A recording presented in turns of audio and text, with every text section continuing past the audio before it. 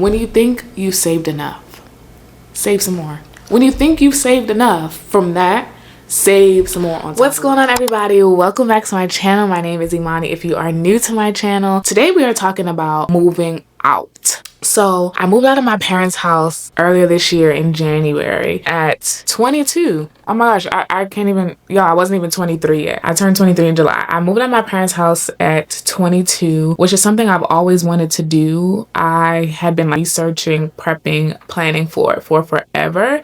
And when God made it happen for me, I was actually like, this happened way sooner than I thought, because I thought I was going to live at home for a little bit post-grad, but I ended up getting a job that was a little bit further away from home. And God just worked it out where it happened just way sooner than I thought it would happen. So I moved out in January, and we're coming up on almost a year of me living alone. And I have learned a lot during the time of living on my own and just being on my own and having my own space and independence, because I lived at home for pretty much all of college. So I didn't really move away. So this experience has taught me a lot in sense of independence, and also in the sense of just lifing. And I wanted to share all those things with you guys. And let's be frank, I know the economy is trash, so everyone cannot afford living alone. It's not feasible for a lot of people. I think a lot of the advice in this video also applies to living with roommates. So if you also want to take the information and use it as it applies to you and your situation, use it for that. But it's not going to be solely about living alone. That's just based off of my experience, because that's how it worked out for me. So let's hop straight into it. All right, guys. So tip number 1 is start planning your move well in advance. And what I mean by start planning your move well in advance is to start gathering stuff you're gonna need for your apartment, start budgeting, start planning where you're gonna live very early on. So to use myself as an example, I had a job offer and it was about 3 months. I don't even know how to explain to you guys why that process was like that, but I had some room in choosing when I started. So I took about 3 months to really get myself together to prepare to move. So in that 3-month time frame, I researched, I listed apartments that I wanted to live at, and then I started to tour those places. That way I could get an adequate picture of how much I'd be spending in rent, because if I were to go 6 months out, a year out, obviously the prices are going to change. So 3 months out was like perfect time to really get a grip on what I would actually be spending. And if it changed by some, at least I knew I had a rough estimate for basically what I'd be spending. So first I looked at apartments really early on and narrowed down the search. And after I narrowed down where I wanted to live, what area I wanted to be in, I'm like, I got a place that's kind of set. I took some tote bins that I had already been putting stuff in when I was at home, because I was like, I already knew I was moving out. I didn't know when it was coming, but I knew that I was moving out.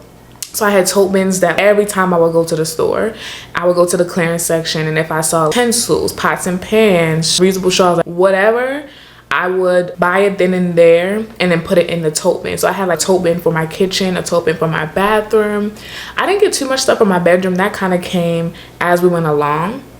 But when I started to get all the stuff in order for like tote bins, it helped so much for when I moved into my place, because you guys can go back and watch the moving vlog. I'm going to link one of them up here, but you guys could see I had a lot of stuff for my kitchen already. I had pretty much all the necessities. It wasn't like everything, but I had pots and pans. I had everything that I needed for my bathroom pretty much, because I had started doing it earlier, and that helps so that you don't have a big bill when it comes time for moving in. If you want to do it that way, some people suggest every time you go to the store to buy a gift card for a specific thing, and then when you're like moving in, you can just go and make a big store run.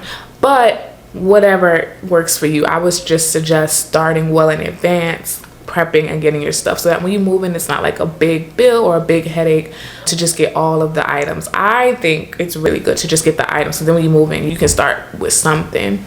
And then another thing that I did, guys, was also have a move out checklist. I found this random one on Notion, but I'll try to link it below if I can find it again. Basically, the move out checklist, she just had brooms, hangers, dustpan, and every time I got something, I would just check it off. That helped me a lot, even when I moved in, because I was like, oh, there's certain things I just know I'm gonna need, but I don't know it right now. But that stuff helped for just having stuff well in advance of when I needed it.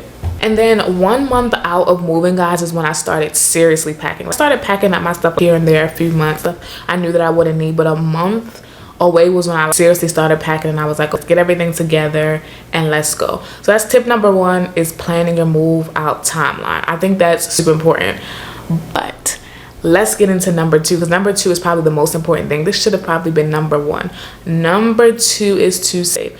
When you think you've saved enough, save some more. When you think you've saved enough from that, save some more on top of that. Oh my gosh. Everybody tells you this, but it's just not stressed enough. Make sure you have some type of emergency fund. I know how hard it is personally to build an emergency fund. It took me forever to build my emergency fund. But when you're moving out for the first time, I think if you're also a person like me who I just tend to be really independent and I want to do it all myself, make sure you have your emergency fund, babes, because that is going to save you more times than you recognize it. I knew that the moving out was happening, so I had already been saving, but knowing what I know now, I probably would have doubled that, tripled that, knowing what I know now. Some people obviously do it. Some people move out with like $400 and they're like straight, they figure it out. You will figure it out. It's not as complicated. The money is gonna come, you will figure it out. But I think it's a lot easier to manage everything when you have like backup money, because for me, like when I moved, I had a lot of issues with my car, and so that was something that I was dealing with unexpectedly, and so having that cushion was really nice, but it was just something to keep in mind. And if you have nothing else, obviously have your first month's rent security deposit saved. And if you can, I would even, if we're talking bare minimum what you should have saved, I would even go as far as just having 2 months rent, because anything can happen. But if you have your first month's rent and security deposit, obviously you'll be fine and you can make it work. If you have a steady income, it definitely will work out.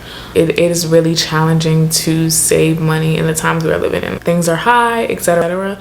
But that fund will definitely just help save you when it's time.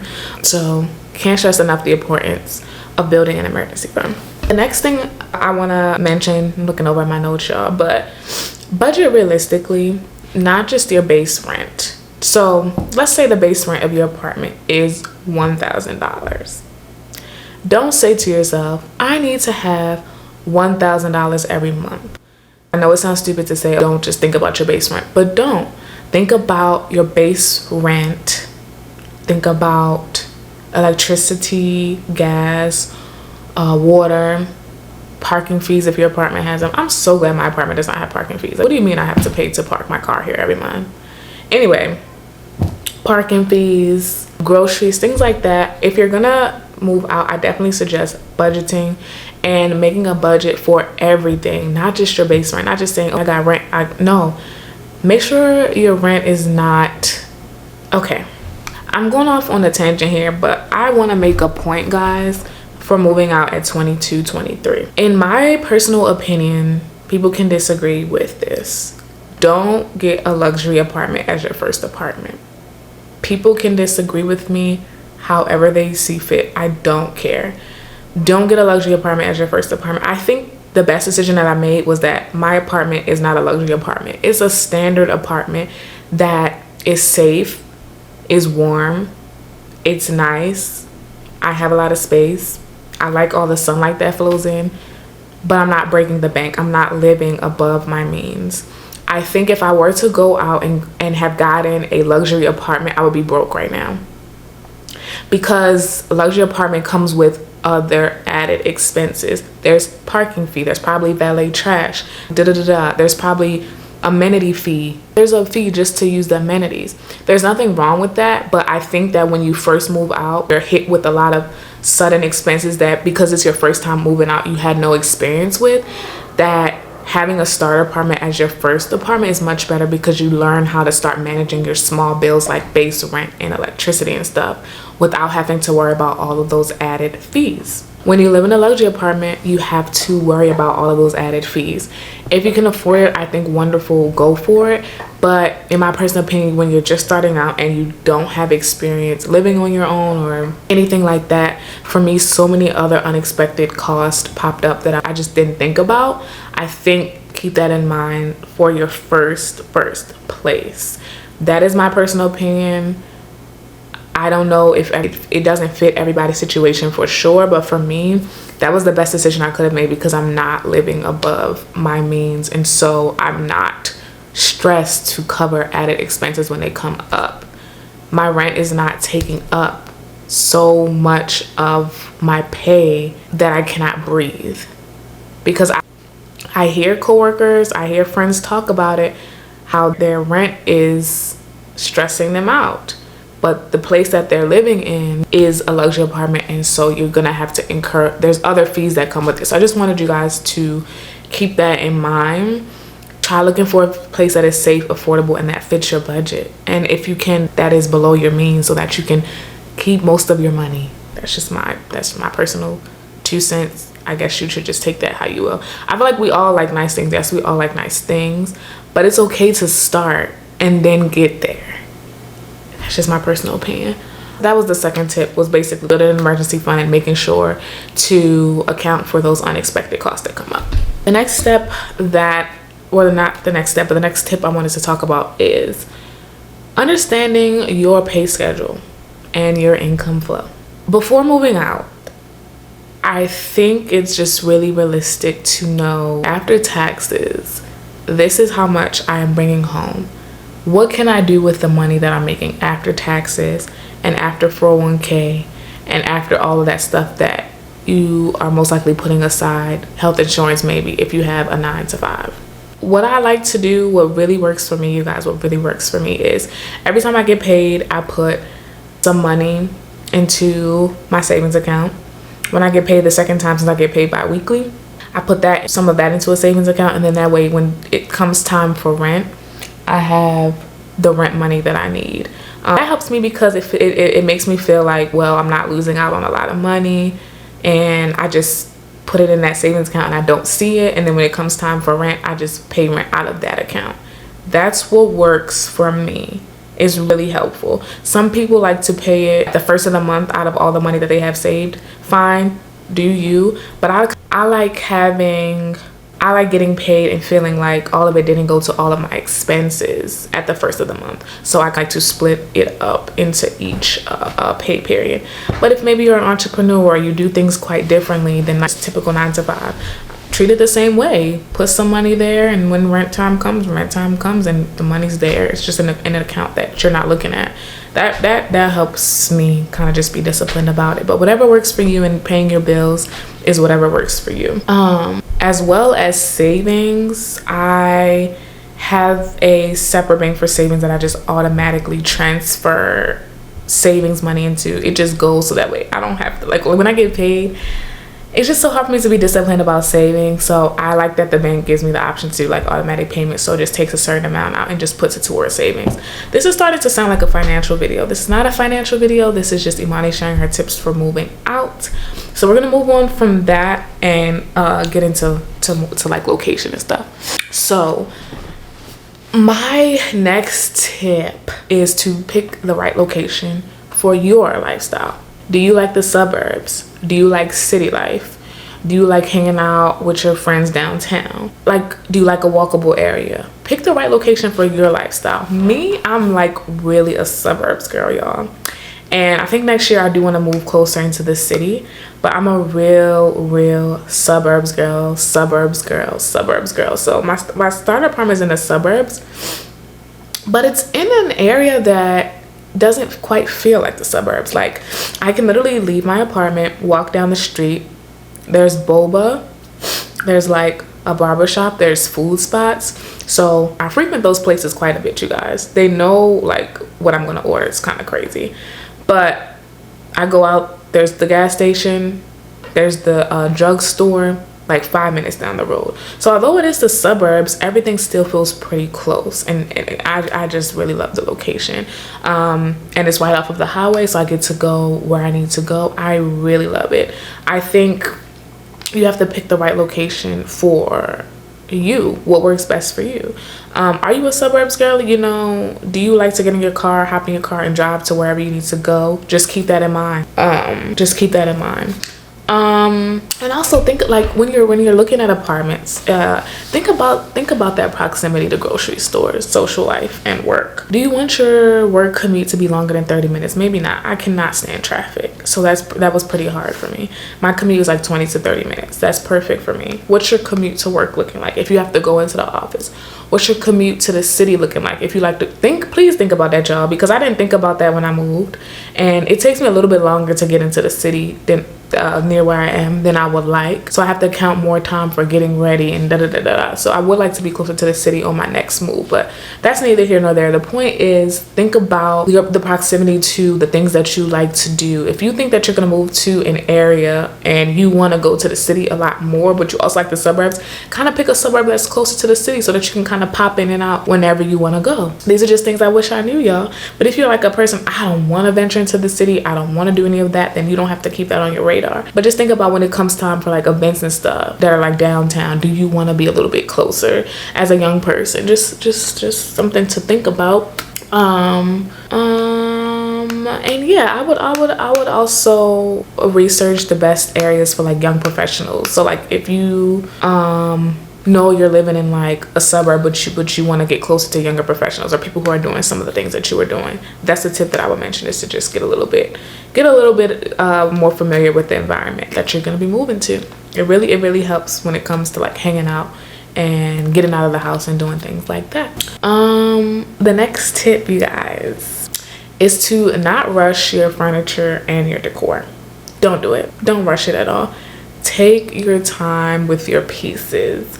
I think when I was moving, I was like, this couch that I'm on right now, I was telling y'all in one of my moving vlogs, like, I'm unsure about this couch. I don't know how I feel about this couch. And I still don't know how I feel about it, but I'm about to move soon, so there's no point in me getting a new couch. But I'll probably end up getting a new couch because it's like, well, hey. But had I not rushed and like got in the couch, I probably could have just waited a little bit longer and got the couch that I really wanted. So don't rush just to say that you have a couch or just to say that you have your stuff, and just really take your time. If people come over and all you have is a plastic chair, all you have is a plastic folding chair. It is what it is. You don't have the decor that you want yet. Don't rush it. If you want high quality stuff, then just wait.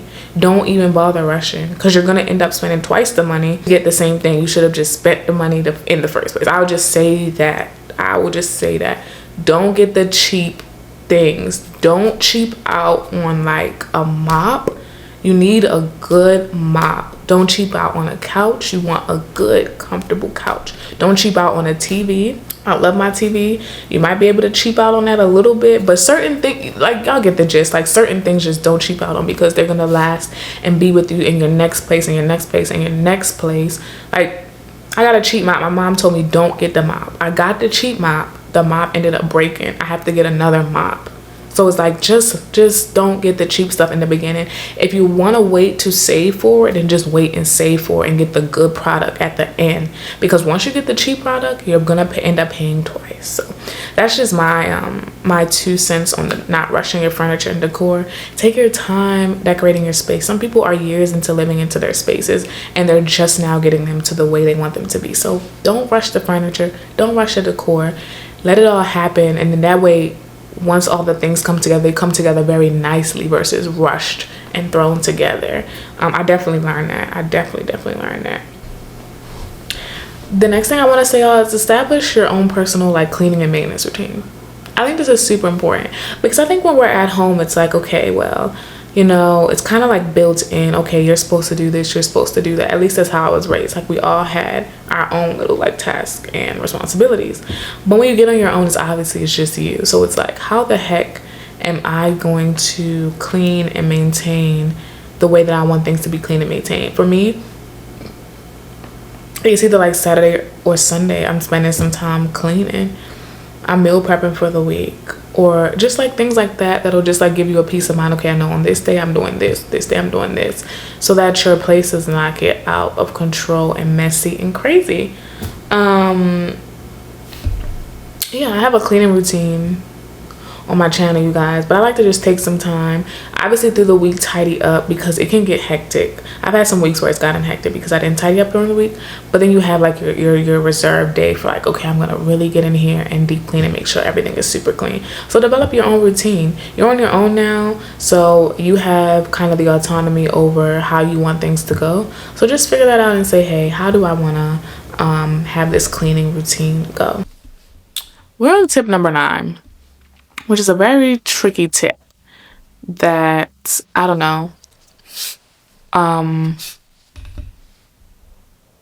think this is not so much about how to move out at 22, but more so something that you have to do after you move out, which I can do a separate video if you guys would like. It's about the adjustment that happens after you move out on your own. For me, it was a big adjustment moving out on my own because I had been so used to living at home, etc., etc. It was a big adjustment. I had to learn new routines. I had to learn this new sense of independence, which I love, do not get me wrong, but it was a lot to learn in the very beginning. I was calling my mom a lot. I was calling my parents a lot, actually, because it's like I don't have them here to like help me with certain things that I was so used to just being covered for me. So it was a lot about, it was just a lot of adjusting to this new sense of independence. And I will say that it with that, I also had to learn how to, what boundaries did I want to be in place? How often did I want to call home? How often did I want to see my friends? How often did I want to see my family? How often did I want to travel back home? That is something that I'm still working through. Because when you have this newfound sense of independence, it's like, well, it's just a different level of how you approach it. But what I would say about that is continue to keep in touch, and don't let the fact that you have moved out be such a big thing where you're like not keeping in touch. And the reason I say that is because you're living on your own now. It does kind of get lonely sometimes. Like, it is just you. It's just you. So make sure you're calling people, checking in, seeing how people are doing. I think that's just very important. Because, you know, your mental health living after being, your mental health is different. You have to take care of it differently because it's just you. You have to just really make sure you're nurturing yourself. And sometimes that going back home, that checking in with people, that is what helps to do that. So I would say to make sure to protect your peace in a way that you are setting boundaries, meaning you still are maintaining your level of independence, but at the same time, you're not forgetting to check in with people, because forgetting to check in with people will do you a disservice as you're on your own. Can y'all see my mic, my fake mic? All right, you guys, I know we hopped around a lot in this video as far as setup goes, and I hope it wasn't blurry because sometimes my camera does that. But if it was, thank you just guys for just bearing with me in this video. I think those are all of the tips I have for you guys. It's been a real journey living alone and learning how to do this thing we call life. And so if I can offer any other advice, drop some questions below. And people who have moved out on their own or have done it at a young age, or if you're still working through moving alone, anything like that, please comment below some advice that you would have that I didn't add into this video, because there's 1,000,001 things that you need to know before living alone, I'm sure. And hopefully we can just use our combined experiences and share tips with each other. So comment below your thoughts and opinions. I would love to hear them, and I will see you guys in the next video that I post. Peace out. Bye.